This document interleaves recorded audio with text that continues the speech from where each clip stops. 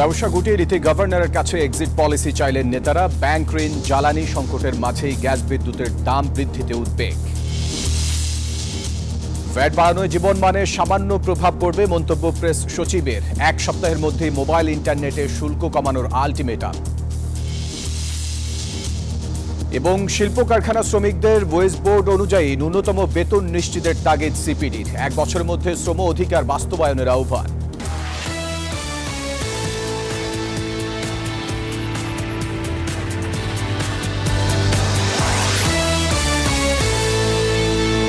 দর্শক স্বাগত পূবলী bank PLC business টাইমে। পুরো সংবাদে আপনাদের সাথে আছি আমি ফয়সাল মাহমুদ। দেখছিলেন সংবাদ শিরোনামগুলো, এবারে পুরো খবর। ব্যাংক ঋণের উচ্চ সুদহার ও জ্বালানি সংকটের মাঝেই নতুন করে গ্যাস বিদ্যুতের দাম বৃদ্ধি নিয়ে উদ্বেগ জানিয়েছেন ব্যবসায়ীরা। উপযুক্ত পরিবেশ না থাকায় ব্যবসা গুটিয়ে নিতে বাংলাদেশ ব্যাংকের গভর্নরের কাছে এক্সিট পলিসি চেয়েছে ব্যবসায়ী নেতারা। সংগঠনটির নেতারা বলেন, এপ্রিলে খেলাপি ঋণের নতুন নিয়ম চালু হলে বন্ধ হয়ে যাবে অনেক প্রতিষ্ঠান। তার উপর নতুন করে ভ্যাট আরোপ ও শ্রমিকের বেতন ভাতা বৃদ্ধিকে ব্যবসার অন্তরায় হিসেবে দেখছেন তারা। ব্যাংক ঋণের উচ্চ সুদহার, এলসি জটিলতা, ডলারের চড়া দামে অনেকদিন ধরে বিপর্যস্ত ব্যবসায়ীরা। সেই সাথে গেল 3 বছরে গ্যাসের দাম বেড়েছে প্রায় 400%। এরপরও আছে গ্যাস বিদ্যুতের সরবরাহ সংকট। সব মিলিয়ে এখনও বিনিয়োগ বান্ধব হতে পারেনি বাংলাদেশ। রোববার বাংলাদেশ চেম্বার অব ইন্ডাস্ট্রিজের নেতৃত্বে বেশ কয়েকটি সংগঠনের 13 সদস্যের প্রতিনিধি দল সাক্ষাৎ করেন বাংলাদেশ ব্যাংক গভর্নরের সাথে। দাবি জানান দেউলিয়া আইন পরিবর্তনের, চান এক্সিট পলিসি বা ব্যবসা গুটিয়ে নেওয়ার নীতি। আমাদেরকে একটা এক্সিট পলিসি এটা আপনি আমাদেরকে করে দেন, কারণ এই জেলে যাওয়ার থেকে বরং একটা এক্সিট পলিসি করলে অন্তত মান সম্মান নিয়ে যারা ব্যবসা করতে পারছে সেটা তারা আমরা ফেরত দিতে পারি। তো উনি এক্সিট পলিসি নিয়ে কাজ করছে। বলেন, ইচ্ছাকৃত ঋণ খেলাপির দায় শুধু ব্যবসায়ীদেরই নয়, তা এড়াতে পারে না বাংলাদেশ ব্যাংকও। তাছাড়া নগদ প্রণোদনা না পেলে ব্যবসা টিকিয়ে রাখা সম্ভব নয় বলেও জানান তিনি। এর দায় কিন্তু বাংলাদেশ ব্যাংকেও নিতে হবে, শিডিউল ব্যাংকেও কিন্তু নিতে হবে। এই দায় একা কিন্তু খালি ব্যবসায়ীদের না, এবং সেই জিনিসটাও কিন্তু আমরা ওনাদেরকে আশ্বস্ত করেছি যে দেখেন, আপনাদের দায়িত্ব আপনারা করবেন, আমাদের দায়িত্ব আমরা করব। আপনারা যদি কারেক্ট থাকেন তাহলে বাংলাদেশে কিন্তু ইন্ডাস্ট্রিগুলি বসে যাওয়ার কোনো কারণ আমরাও দেখি না। এ সময় এলসি জটিলতা দূর করা এবং সুদের হার কমানোর দাবি করেন বিজিএমইএ প্রশাসক। ইন্টারেস্ট রেট একটু ইয়েতে রাখা, আমাদের এলসি সাপোর্ট দেওয়া, আমাদের এক্সিট পলিসিটা যারা একটা অনেক সিক আছে, এসএমই আছে, যারা যদি এক্সিট করতে চায় তাদেরকে যেন আমরা নতুনভাবে তারা কাজ করতে পারেন। গভর্নমেন্টের মধ্যে খুব আশ্বস্ত করেছেন ওনারা এই চ্যাপ্টার 11 লাইক একটা এক্সিট পলিসি করছেন। আমরা বিশ্বাস করি, আমরা ভালো আশা করি যে সামনে ভালো জিনিসগুলো আমরা বানাবেন, বেশ কিছু পলিসি সাপোর্ট আমরা পাবো। ব্যাংক সংস্কার কমিটিতে ব্যবসায়ীদের অন্তর্ভুক্তির দাবিও জানায় বাণিজ্যিক সংগঠনগুলো। ওয়ালিদ সাকিব, নিউজ 24, ঢাকা। ভ্যাট বাড়ানো জীবনমানের উপর সামান্য প্রভাব পড়বে বলে মন্তব্য করেছেন প্রধান উপদেষ্টার প্রেস সচিব শফিকুল আলম। বলেন, 5 মাসে রেভিনিউ শর্টফল হয়েছে 45,000 কোটি টাকা। সেসব ঘাটতি মেটাতে ভ্যাট বাড়ানো বাধ্যতামূলক। One of the tax GDP ratio হিসেবে বা রেভিনিউ জিডিপি রেশিও হিসেবে ওয়ান অফ দ্য, বলবো যে বাংলাদেশেরটা হচ্ছে one of the lowest in the world. এটা এমন একটা জায়গায় চলে যাচ্ছে যেটা আনসাস্টেইনেবল। বাংলাদেশের গ্রোথের জন্য, বাংলাদেশের মানুষের ওয়েলবিং এর জন্য বাংলাদেশের ট্যাক্স জিডিপি রেশিওটা একটা জায়গায় আমাদেরকে নিতেই হবে। সেই পরিপ্রেক্ষিতেই কিছু ভ্যাট ইম্পোজ করা হয়েছে। 1 সপ্তাহের মধ্যে মোবাইল রিচার্জ ও ইন্টারনেট সেবায় সম্পূরক শুল্ক এবং ভ্যাট না কমালে জাতীয় রাজস্ব বোর্ড এনবিআর ঘেরাও করা হবে। রোববার জাতীয় প্রেস ক্লাবের সামনে মোবাইল ও ইন্টারনেট সেবায় নতুন করে ভ্যাট আরোপের প্রতিবাদে এক মানববন্ধন কর্মসূচিতে এই ঘোষণা দেন খাত সংশ্লিষ্টরা। বাংলাদেশ মুঠোফোন গ্রাহক অ্যাসোসিয়েশন এবং ভয়েস ফর রিফর্ম আয়োজিত মানববন্ধনে বক্তারা বলেন, নতুন করে শুল্ক ও ভ্যাট যুক্ত করায় গ্রাহকের ভোগান্তি যেমন বাড়বে, একইভাবে এই সেবা খাত হুমকির মধ্যে পড়বে। গ্রাহক স্বার্থ বিবেচনা না করে, কারো সাথে আলোচনা না করে রাতের আধারে এই ধরনের সিদ্ধান্ত নেওয়া হয়েছে, যা জনগণের সাথে নতুন করে বৈষম্য সৃষ্টি করল।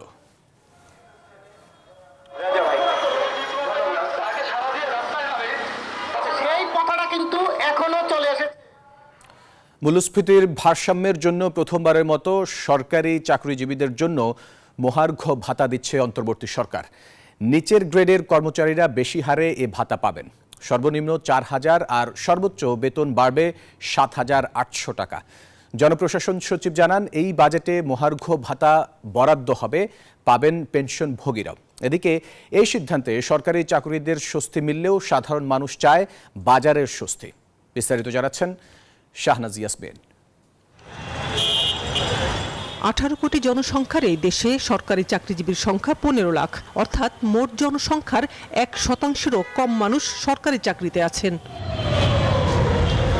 2015 সালের পে স্কেলের পর থেকে সরকারি চাকরিজীবীদের বেতন বাড়েনি।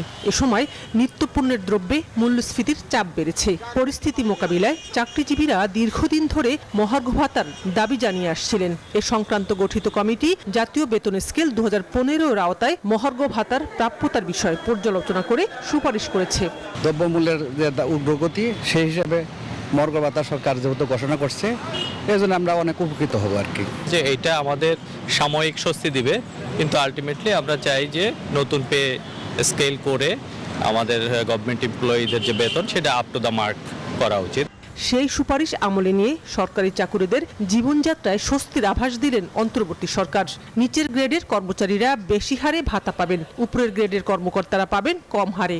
কোনো চাকরিজীবী 4,000 টাকার কম মহার্ঘ ভাতা পাবেন না। জনপ্রশাসন সচিব মোখলেসুর রহমান জানিয়েছেন, পেনশনভোগী কর্মকর্তা কর্মচারীরাও এই মহার্ঘ ভাতা পাবেন। ইনক্রিমেন্টের সময় এটি মূল বেতনের সঙ্গে যোগ হবে। এবারে একটা যেটা ব্যতিক্রম হবে, আগে মহার্ঘ ভাতা পেনশনেরা পেতেন, এবার পেনশনাররাও মহার্ঘ ভাতা পাবে এবং একটা রিজনেবল পাবে, এবং পরের বছর যখন তার ইনক্রিমেন্টের সময় আসবে এই মহার্ঘ ভাতাটা তার বেসিকের সাথে যোগ হবে। এই বাজেট মানে হলো 30শে জুন, আমি বলবো অবশ্যই এর মধ্যে হবে।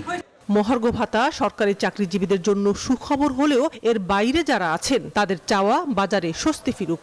মহার্ঘ ভাতার চাইতে সবচেয়ে বেশি গুরুত্ব দেওয়া উচিত জিনিসপত্রের দাম সীমার মধ্যে নিয়ে আসা, মানুষের ক্রয় ক্ষমতার মধ্যে নিয়ে আসা। দ্রব্যমূল্যের যে ঊর্ধ্বগতি সবচেয়ে বিশেষ প্রয়োজন এইটাকে থামানো। জিনিসপত্রের দাম যেভাবে ঊর্ধ্বগতি হচ্ছে তা সাধারণ মানুষের জন্য মানে কষ্টকর হয়ে যাচ্ছে। বৈশ্বিক অর্থনৈতিক প্রভাবে যখন দেশের মূল্যস্ফীতি বেড়ে যায়, সে সময় দেশের প্রায় 15 লাখ সরকারি কর্মকর্তা কর্মচারীর জন্য সুখবর নিয়ে এলেন অন্তর্বর্তী সরকার।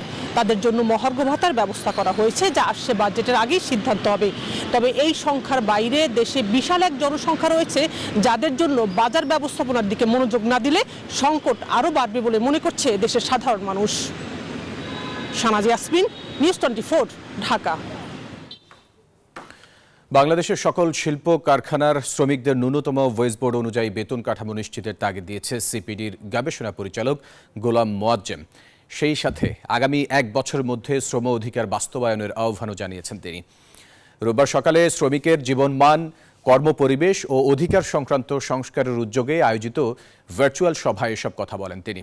আরও বলেন, শ্রম অধিকার সংস্কারের বিষয়টি শুধুমাত্র প্রস্তাবনা দেয়া পর্যন্ত সীমাবদ্ধ রাখলেই চলবে না। এই প্রস্তাবনা কিভাবে বাস্তবায়ন করা যায় তা সরকারকে লক্ষ্য রাখতে হবে। এছাড়া শ্রমিক সংক্রান্ত বিষয়গুলোর সাথে জড়িত সকল মন্ত্রণালয়ের প্রত্যেকটিতে একটি রিফর্ম সেল গঠন করতে হবে বলেও এ সময় মন্তব্য করেন তিনি। জানান, এতে সংস্কারের মনিটরিং সহজ হবে।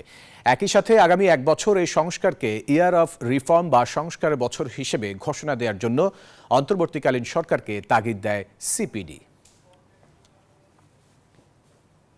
কমিশনের যে সুপারিশ, এই সুপারিশগুলোর আলোকে কার্যক্রমগুলো মনিটর করা সংশ্লিষ্ট মন্ত্রণালয়ে, সংশ্লিষ্ট অ্যাসোসিয়েশনগুলোতে এবং এন্টারপ্রাইজ লেভেলে সেই মনিটরিংয়ের কাজগুলো তারা পর্যবেক্ষণ করবেন। সুতরাং ওরকম একটি সেল যদি প্রত্যেকটি মন্ত্রণালয় বিভাগে যদি গঠন করা যায়, তাহলে হয়তো আমরা এটির বাস্তবায়নের দিকে আমরা ইতিবাচক কিছু প্রত্যাশা করতে পারি। আয় হওয়ার কথা 600 কোটি টাকা, তবে এসেছে মাত্র 2 কোটি। যে প্রতিষ্ঠানের হোল্ডিং ট্যাক্স দেওয়ার কথা 50 কোটি, তারা 5 লাখ টাকা দিয়ে খালাস। এমন সব অনিয়ম দুর্নীতির বেড়াজালে ঘেরা কক্সবাজার পৌরসভা। 15% বেশি কর মৌকুফের বিধান না থাকলেও এখানে মাফ করা হয় 99% পর্যন্ত। নাইমাল জিকর প্রতিবেদনে বিস্তারিত। ক্যামেরায় ছিলেন জহিরুল ইসলাম টুটুল।